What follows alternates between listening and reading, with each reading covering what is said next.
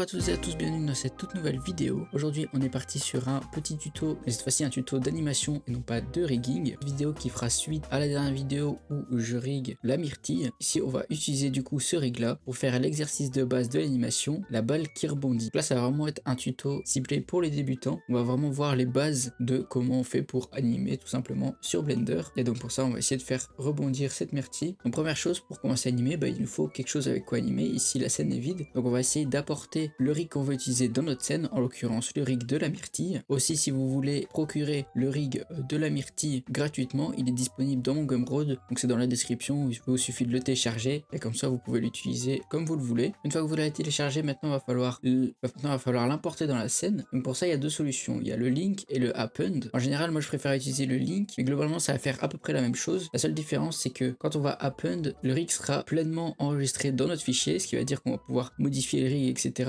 si on a besoin. Tandis que si on le link, c'est une approche un peu moins destructive, c'est-à-dire que le rig va rester enregistré dans le fichier de base d'où il vient, ce qui va faire que si on a un souci avec le rig, qu'on commence à animer et qu'on veut y apporter une modification, on va tout à fait pouvoir le faire. Ça veut dire qu'on va pouvoir animer, on va se rendre compte qu'il y a un problème, on va aller dans le fichier de base du rig, régler le problème et ça va se mettre à jour automatiquement dans notre animation, ce qui va nous faire gagner beaucoup de temps. Donc c'est pour ça que moi je préfère toujours utiliser le link. Donc pour ça vous venez ici dans File puis Link. Ensuite vous venez chercher votre fichier avec le rig dont vous avez besoin. Donc ici moi le Blueberry rig. Ici pour la myrtille j'ai besoin d'importer la collection CH dans laquelle on retrouve tout, donc le rig et la géométrie. Et donc quand je vais le link, il va se passer ça, c'est qu'il va apparaître dans la scène en tant que librairie. Et donc pour pouvoir l'utiliser, parce que pour l'instant c'est juste un objet, on peut pas vraiment utiliser. Donc pour pouvoir utiliser le rig, on va devoir le sélectionner et venir ici dans Objet, Librairie Override, Make. Et voilà, maintenant notre rig est lié à notre fichier et maintenant on peut l'utiliser comme on le souhaite. Là il y a la lattice d'afficher, ça je vais pouvoir la cacher en appuyant sur H. La première chose à faire avant de commencer à animer, ça va être de trouver une référence. Donc ça au début quand on apprend à animer, c'est ultra important, c'est de prendre une référence du monde réel pour essayer de comprendre le mouvement et d'ensuite pouvoir le retranscrire de façon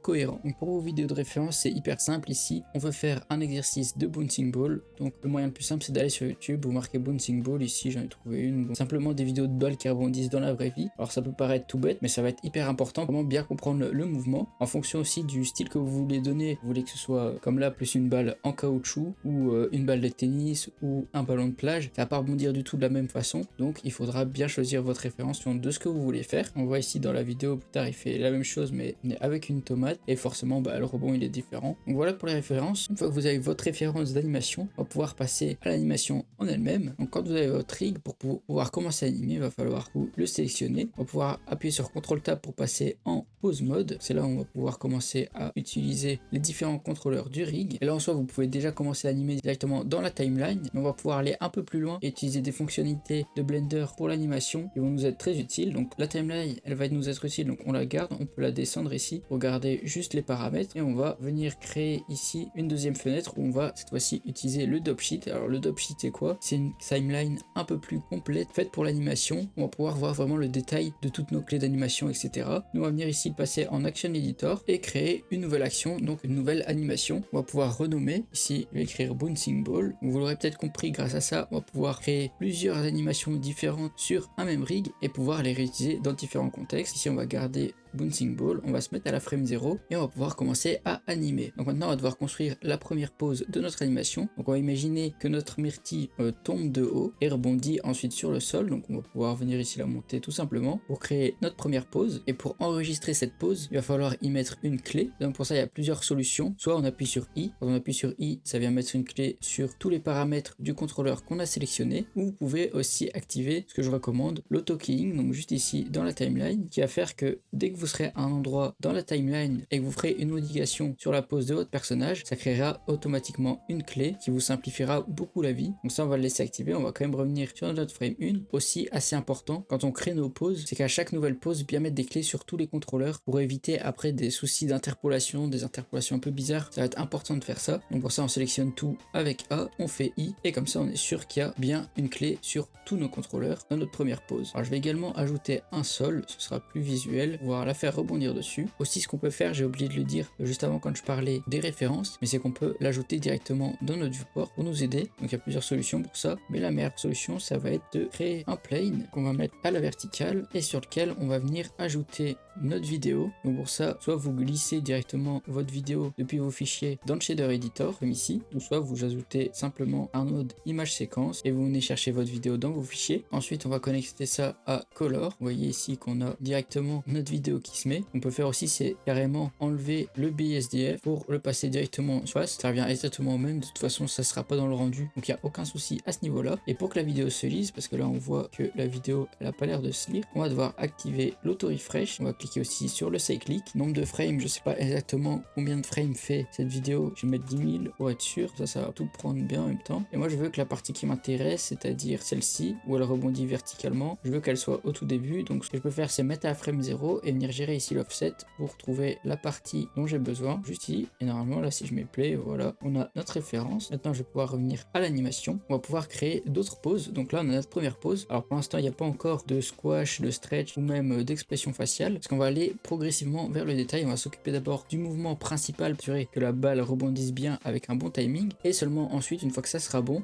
on va ajouter les détails du squash, du stretch et du visage si on a besoin. Donc là on va aller à la frame où la balle entre en contact avec le sol. Donc ici c'est la frame 6 et on va pouvoir repasser notre valeur du body à 0 et mettre une clé. Comme ça on a déjà notre premier rebond, premier mouvement. Ici sur ma référence c'est une balle en caoutchouc. Elle va rebondir vraiment beaucoup et elle va garder beaucoup de son énergie. Donc ce que je veux dire par là c'est que elle est lâchée plus ou moins à ce niveau là et son deuxième rebond va atteindre ce niveau là, ce qui fait qu'elle a pas perdu tant de hauteur parce que une balle en caoutchouc ça rebondit ça rebondit beaucoup plus qu'une balle de tennis ou un ballon de plage par exemple. Donc ça va falloir le prendre en compte. Moi ici ma Myrtille, je veux pas non plus qu'elle rebondisse autant, donc je vais le prendre en compte et la faire rebondir un peu moins haut. Donc là au moment où la balle arrive à son maximum, ici moi je vais prendre ma Myrtille et la monter mais pas trop haut. Donc à la première frame, on était au maximum de sa hauteur, on était à 1m70. Donc ici on veut être en dessous, donc 1m50. Donc là c'est pas mathématiquement super correct, hyper calculé, je le fais un peu à l'œil, mais l'important c'est surtout de respecter le fait que la balle ne rebondit jamais plus haut qu'au rebond d'avant, parce que c'est logique, la balle va perdre petit à petit son énergie à force de rebondir. Donc une fois que j'ai posé ma balle,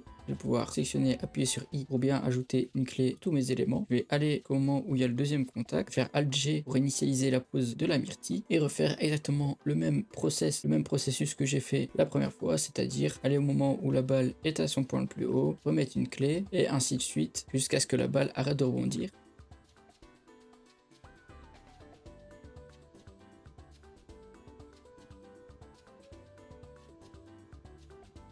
Maintenant que j'ai posé toutes mes clés de base, on peut déjà regarder rapidement ce que ça donne. On voit que c'est vraiment pas terrible du tout. Et ça, c'est pour une raison tout à fait normale. C'est que mes interpolations, donc comment vont se comporter les transformations d'une pose à une autre, sont par défaut en Bézier. C'est-à-dire que quand on va passer d'une pose à une autre, notre balle va progressivement accélérer pour atteindre sa vitesse maximum et ensuite décélérer à la toute fin. Ça, on peut le voir. Donc ça, pour le voir visuellement, il faut aller dans le Graph Editor. Donc vous pouvez appuyer sur CTRL Tab ici dans la timeline ou venir ici cliquer sur le Graph Editor. C'est exactement pareil. Et on va voir ça donc dans notre contrôleur, les mouvements de haut en bas sur le Y. Et donc là les courbes que vous voyez sont des courbes de Bézier. Et donc comme je vous ai expliqué comment ça se comporte, c'est que tous les mouvements vont démarrer lentement pour atteindre leur vitesse maximale, puis ralentir vers la fin et ainsi de suite, qui va donner ce mouvement peu naturel à notre balle. Nous on veut pas qu'elle freine à la fin, vu qu'elle est censée prendre de plus en plus de vitesse jusqu'à s'écraser entre guillemets contre le sol. Tout ce qu'on veut c'est pouvoir ressentir l'impact de la balle contre le sol, qu'elle puisse ensuite transférer son énergie vers le haut et rebondir vers le haut. Et donc vous l'aurez peut-être compris, c'est qu'on veut pas une courbe qui accélère progressivement puis décélère, et si on veut une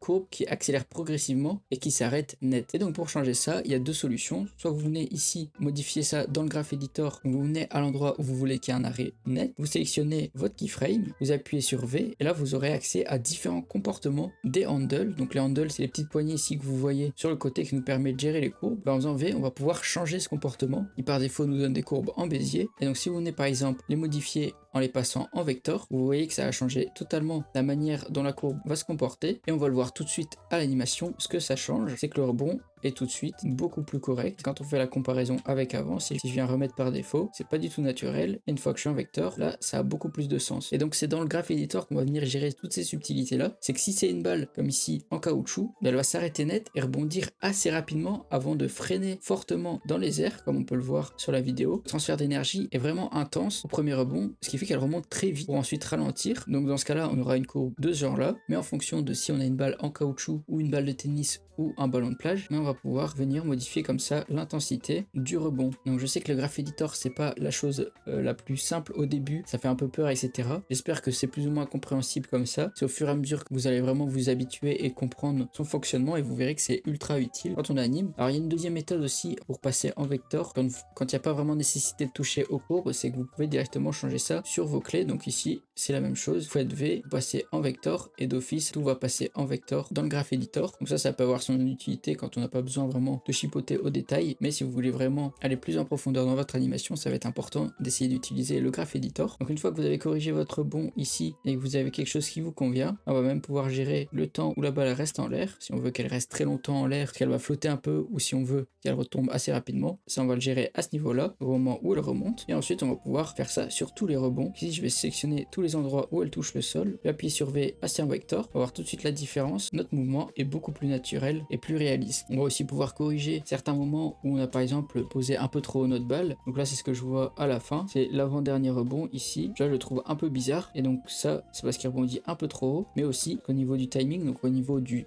temps que prend le rebond, je trouve qu'il prend beaucoup trop de temps, et donc ça on va pouvoir le corriger en bougeant ici nos clés, et là ça me semble déjà plus correct. Aussi petite astuce que j'ai pas précisé parce que là en l'occurrence c'est pas le cas, mais c'est quand votre viewport il lag un petit peu, donc là c'est pas le cas, on voit que je suis à 25 fps, là il n'y a pas le souci, mais ça va arriver quand vous animez des personnages un peu plus complexes, bien que vous animez des scènes un peu plus lourdes, c'est que votre scène va laguer, ce qui va fausser complètement votre timing. Comme ça va ramer, tout va être beaucoup plus lent, donc vous vous rendrez compte qu'une fois au rendu, la dynamique de votre animation elle est pas du tout la même que celle que vous voyez dans le viewport. Et pour remédier à ça, c'est super simple, vous juste activer une petite option qu'on trouve dans la timeline ici dans Playback, le sync. On a différents paramètres et nous on va toujours vouloir rester en frame dropping, ce qui va permettre à Blender, quand la scène est trop lourde, de diminuer un petit peu le nombre de frames par seconde, mais pour vous assurer d'avoir toujours le bon timing. Ça vous verrez c'est ultra important quand vous faites de l'animation, donc ça je vous conseille vraiment de toujours par défaut le laisser en frame dropping, ça vous sera super utile. Donc voilà, maintenant qu'on a la base de notre mouvement, on va pouvoir passer aux ajouts des détails comme le squash et le stretch qui vont être ultra importants, qui vont vraiment ajouter énormément à votre animation. Pour ajouter le squash et le stretch, ce qui va être important, c'est de savoir où les mettre quand squash et quand stretch notre balle. Et donc pour ça, pareil que pour le rebond, le mieux c'est d'avoir une référence de la vraie vie. Pour ça, il y a cette vidéo que vous avez peut-être déjà vue d'une balle de tennis qui rebondit en slow motion. Et ce qui va être super intéressant, c'est qu'on voit que quand la balle est lancée, là c'est léger, mais il y a un petit peu de stretch, la balle est un petit peu étirée en longueur. Mais surtout, ce qui va être intéressant, c'est le squash. Au moment de l'impact, on voit vraiment que la balle, elle s'écrase, elle s'aplatit vraiment complètement contre le sol pour ensuite essayer de revenir à sa forme initiale. Et donc pour revenir à sa forme initiale, elle va se restretch de l'autre sens jusqu'à atteindre sa forme initiale. Donc une fois qu'on a compris ça, on sait qu'on aura besoin d'aplatir notre balle quand elle sera au contact du sol, et on aura besoin qu'elle soit stretch, donc juste avant qu'elle entre en contact avec le sol et juste après. Donc globalement ça va être ça avec une balle qui rebondit, c'est qu'entre les positions extrêmes, donc tout en haut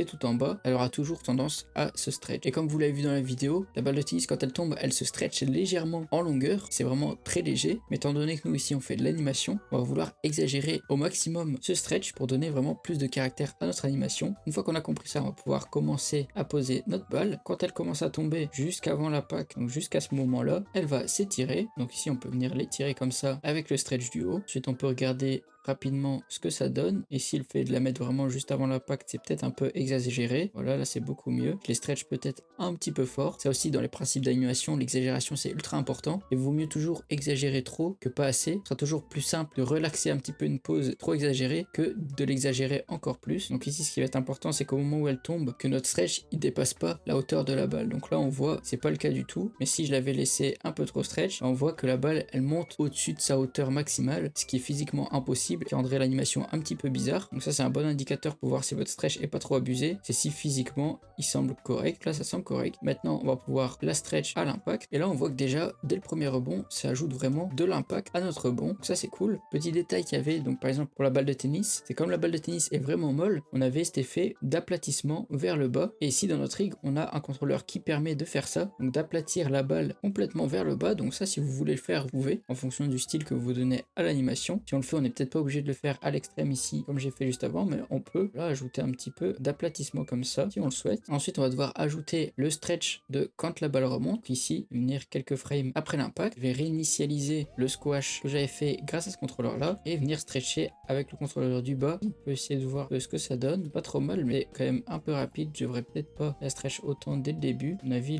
l'extrême niveau là, donc 3 frames après mon rebond que 2. Voilà. Ce qu'on va pouvoir aussi gérer, c'est le squash quand la balle est en l'air. En fonction du type de balle que vous avez, il y en aura ou il y en aura pas, ou il y en aura peu. Ici moi j'aime bien ajouter beaucoup de squash et stretch, que ça stylise vraiment l'animation, ça ajoute vraiment une dynamique cool. Je vais ajouter du squash, donc je vais l'aplatir légèrement. Donc là ça va être léger vu qu'elle remonte seulement, il n'y a pas énormément de force qui est appliquée dessus, donc on peut en ajouter mais il faut que ça reste quand même assez subtil. Et ensuite on va répéter exactement le même process qu'on a fait juste avant, c'est-à-dire ajouter notre stretch. Il est un petit peu abusé parce qu'on voit qu'elle monte alors qu'elle est même pas encore descendue, le diminuer un petit peu. Donc ça c'est logique aussi, au fur et à mesure que la balle va de moins en moins rebondir et perdre de l'énergie, bah, du coup le stretch va diminuer et le squash aussi. Donc ça c'est logique. Maintenant on peut continuer à ajouter ça tout le long de l'animation.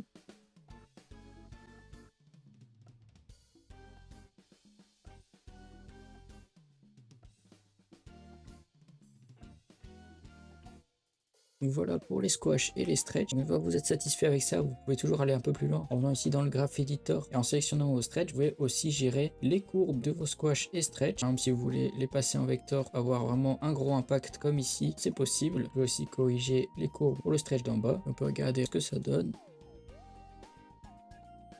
C'est pas trop mal, il y a toujours moyen de l'améliorer, de faire mieux, ajuster un petit peu le timing pour que ce soit vraiment parfait, mais dans l'idée c'est comme ça que ça fonctionne. Donc voilà globalement comment on fait pour faire une balle qui rebondit dans Blender. Ici comme le rig le permet, on peut ajouter des petits détails comme l'expression des yeux, comme c'est là pourquoi pas le faire, ça c'est vraiment du bonus. Pour faire assez simple et rapide, je vais utiliser ce petit contrôleur que j'ai créé, donc qui me permet de faire des poses très rapides des yeux. Donc j'ai utilisé simplement celui-là, comme ça va être vraiment ultra simple et efficace. Ce que je vais pouvoir faire, c'est venir cliquer ici sur le petit curseur pour voir uniquement les clés de ce contrôleur là, ça j'y verrai plus clair que là-dedans où il y a plein de clés partout, et je vais pouvoir ainsi créer les petites expressions à mon personnage au fur et à mesure qu'il tombe. Donc forcément au moment de l'impact, je veux qu'il ait les yeux fermés, donc ça je vais le mettre à tous les impacts. Je clique juste la pose et je viens la mettre partout. Donc là pour l'instant c'est un peu bizarre de faire vraiment les yeux tout progressivement, donc c'est assez particulier. On va corriger ça. On veut qu'il ferme les yeux au dernier moment. En fait cette expression ça a fonctionné vraiment exactement comme le squash et le stretch, et ce qui va d'ailleurs amplifier cet effet de squash et de stretch. Quand elle va s'écraser,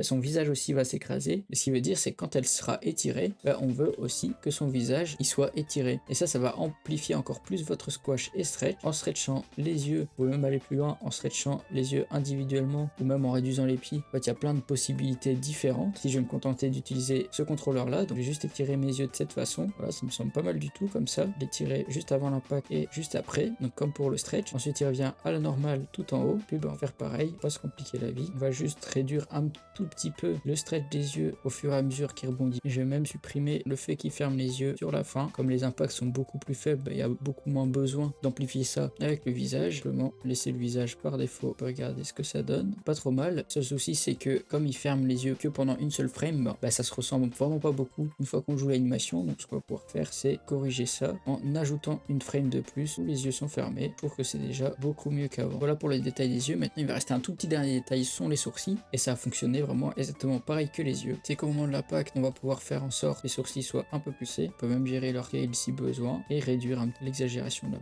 pose. Et aussi, c'est l'outil ici Relax, qui permet de relaxer la pose, faire revenir à son état d'origine. On peut le faire relaxer légèrement la pose petit à petit. Comme avec les yeux, pour amplifier le stretch, on peut juste avant l'impact les élever un petit peu. Ça va amplifier le stretch et ajouter un petit peu de caractère à notre animation. Et on va pouvoir couper ça au long de l'animation et le retirer si nécessaire.